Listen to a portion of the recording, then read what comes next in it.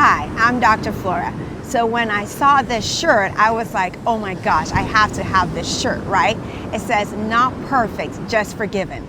And why did it make me excited when I saw this shirt? Well, because I feel like it does a fantastic job of encapsulating one of the core essence of being a believer, right? Because we know we still have our flaws, we know we still have our issues, but God still says, my child, come to me. You can still come to me, right? It says you can still confidently approach the throne of grace in your time of need. You can always come to me, regardless of your faults and your flaws, right? You are always forgiven.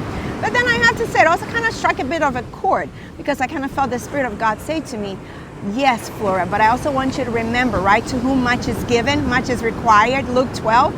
And I was like, yeah. He said, well, in essence, I also want you to remember that I have forgiven you of so much, kind of like, remember the times where like you were, your jealousy issues that we've kind of worked through, and then we're still kind of working through a bit. And then also like your judgmental issues of, for example, you feel like your office should be doing so much better than the other dentist because, you feel like you're a much better dentist and a much better person than they are. Ooh, yeah.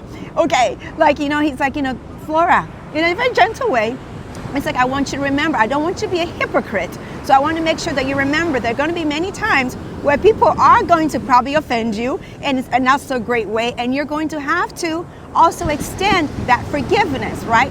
Because if I've given it to you and you know that I've given it to you, I want to make sure that you remember to also extend it to others.